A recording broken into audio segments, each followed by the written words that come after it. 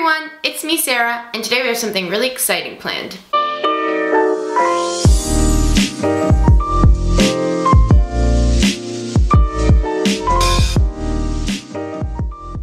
So we're actually going to be decorating the house for Christmas. It feels like it was just yesterday that we were decorating for fall and I was giving you some tips, but it's already the end of November and the stores are starting to play Christmas music, so that means at this house we're going to be decorating for the winter season. So like last season when I was taking you around the house room by room and making the switch for our decor pieces in this house, I'm going to be doing the same. I'm hoping this year to actually get better footage of the transitions we're making so that you can see exactly what spaces we're utilizing, because that's definitely the most important part in making decorating transition, is utilizing your space properly and being actually able to see where we're making those swaps. So I feel like last time I feel like I didn't do a great job in showing you exactly what I was switching. So I'm hoping that this time I can get a little clearer in what I'm actually changing, and that way it's easier for you guys at home to try to apply those in your own space. So this video will be focusing on the main floor, and of course we always put our own touches in our own rooms. As you can see behind me, it's still my plain bedroom, and I haven't made it Christmassy yet. Last year I definitely did it a little too early. I did it I think it was November 13th.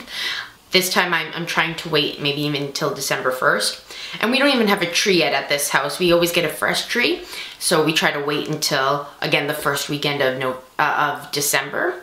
Although with the pandemic, I'm not even sure if we're going to be able to get our hands on one. I know that some parts of Peel and Toronto are going back into lockdown, so hopefully we'll get our hands on a real tree. Otherwise, we might just have to go get one of those little ones at the grocery stores. Make sure you're staying in touch with us throughout the month of December, because there are going to be a lot more Christmas videos. And as for the touches that we're going to be making in our bedrooms, definitely look to the blog for pictures of those, because we thought, Carmelina and I just thought it would be best if we kept this video to the main floor and showed you what we did in our bedrooms, because really in the bedrooms it's just going to be pillow changing and blankets that get added in, where the main where we can offer a lot of advice is on the main floor. So in this video I really just want to discuss some advice I have, because when I decorated for the fall I realized that it definitely wasn't my best year, and what I mean by that is it took a long time, it was disorganized, and at the end of it I kept having to go back and switching stuff because I realized I didn't do a good job the first time, and a lot of that was on me. I was trying to get it done quite quickly because I was filming, and that is my first piece of advice. Make sure you set enough time when you are decorating the house, because or else it'll just feel disorganized, and then you're living with that for as long as it takes you to finally get comfortable with however you've rearranged furniture and set decor out. And what I mean by that is, if you start tackling this project and you don't have enough time, and then there's just bins and boxes kind of cluttering up your house, which I know right now we have ours in the dining room, and although it's nicely kept aside, it is a little much, and that's been now there for 2 days because I hadn't set enough time for myself to actually get it out and open. It is best to just do it all at once rather than disorganizing and disrupting the rest of your week, or however long it might take you if you try to break it up in little hour segments. And another thing is, and a great piece of advice which we did do this year, is tackle your seasonal cleaning maybe a weekend before actually bringing up all the bins and whatever pieces and containers all of your decorations are in, because if you try also cleaning with everything there in the way, will just take longer than necessary. So now in our household, we did a nice seasonal cleaning last weekend, and on Friday I brought up the bins from storage. So now we're finally ready to start placing those pieces where they need to go. Now what I also recommend is, once you've put and arranged your decorations the way you like them, and you notice that you have any extra pieces that you haven't utilized in quite some time, I do recommend donating them to a local thrift store. There are definitely people who would love to purchase those things at a cheaper price who maybe couldn't afford them in the retail stores that they're at originally. And I say this because we currently have about like 6 containers of decorations, and most of them we use every year, but then some of them we actually decide not to put up, and then they sit there and they go back in the basement, and it's the same year in, year out.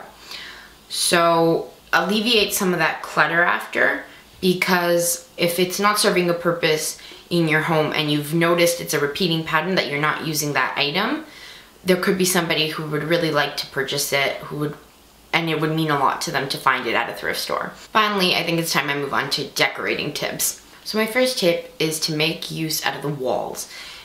And I say this because a lot of the time, especially around the Christmas holiday in particular, or the winter holidays, is that little knickknacks will start to collect, and it's a lot of stuff that ends up on counter space.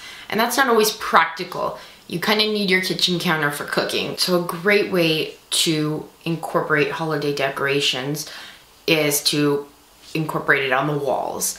And that may be in the form of a wreath. We have a wreath over our mantelpiece, over on our mirror. And I like placing it over the mirror too, because it adds a sense of depth. When it's placed over the glass and it gives off its own reflection, it creates definitely a fuller look. And then when you add the twinkle lights on top of that, and you can see the shimmer and the light bounce back, it gives the room a warmer, fuller feel rather than it laying over just the exposed brick. And that's one way to utilize vertical space. Another is, in our house, the way we do it is we have these shadow boxes in the kitchen, and seasonally we'll switch whatever's inside of it to fit our current decor scheme. And for the Christmas, we have embroidery rings, and these are actually just napkins that we picked out from Target, cloth napkins, stretched out in there to make it look like it's almost as if we were about to stitch them. And they fit the season nicely. The color, the red and cream color, definitely matches our decor. That leads into the sunroom. So it's a great transition piece too, because that catches your eye first, and right behind it complements the colors that we utilize in that room. To utilize that space effectively, you definitely need to complement what's behind it, what your eye is being drawn to behind the photos itself. So my next tip is, of course, those little knickknacks are eventually gonna come. They happen to everybody who has an appreciation for Christmas decor. The important thing is to know exactly where you're placing them and to remember how it fits into the functionality of your own living space. So for example, for us, we keep our nativity scene off to the side in the dining room on a table that separates the living room from the eating room. This works for us. We don't typically use that table for anything else. So it's definitely in a place that gets a lot of traction so that people are seeing it, but it's definitely not in the way of living. When the actual Christmas meal happens and everyone's sitting around the table, we will be able to see it and appreciate its point in being there. My last tip is to make use of pieces that remain in your house year-round, or to make use out of items that wouldn't be considered decor, but if they're there, you might be able to add something to it to make it now a centerpiece or a part of your holiday decorations. So for us in our house, that typically comes in the form of our canisters that we keep our flour, rice, and sugar in. We always switch up a ribbon that's there. For fall, it was our black and white striped ribbon. In the winter months, it is a red ribbon. And it's something that stays there year round, but because we switch out what goes on them, if they fit within the season and they become a part of our holiday decor. We do this with our mug tree. We normally just keep the white mugs there the rest of the year, but then in the winter, we actually have a whole bunch of Santa Claus mugs that we stack on there. So it's little things like that those things remain there year round, but when you add that final touch to it to make it a part of your holiday decors.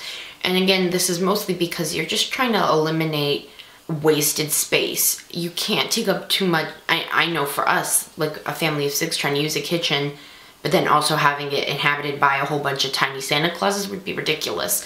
So it's just finding those little spaces that you can add to them that isn't actually taking away from functionality. That's a really big balance you have to walk, especially in a modern household where it isn't just for show. You're trying to make use of the space. You're living in this house day to day.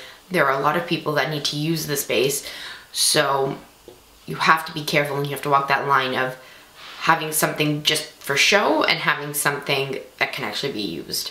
And of course, there's other little things in our house that we make the switch up for. And of course, you'll see little clips as I go around the main floor decorating.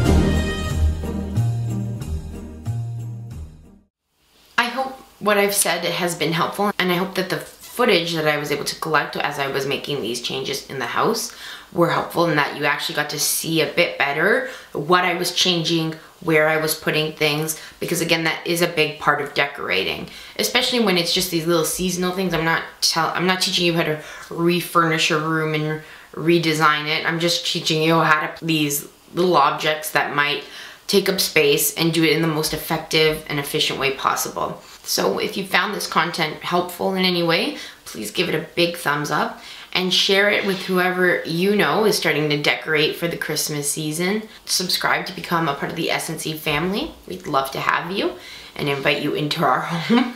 Hopefully this pandemic doesn't diminish your Christmas spirit or happiness for the holidays. While you're preparing for Christmas, definitely stay safe, and I hope to see you soon.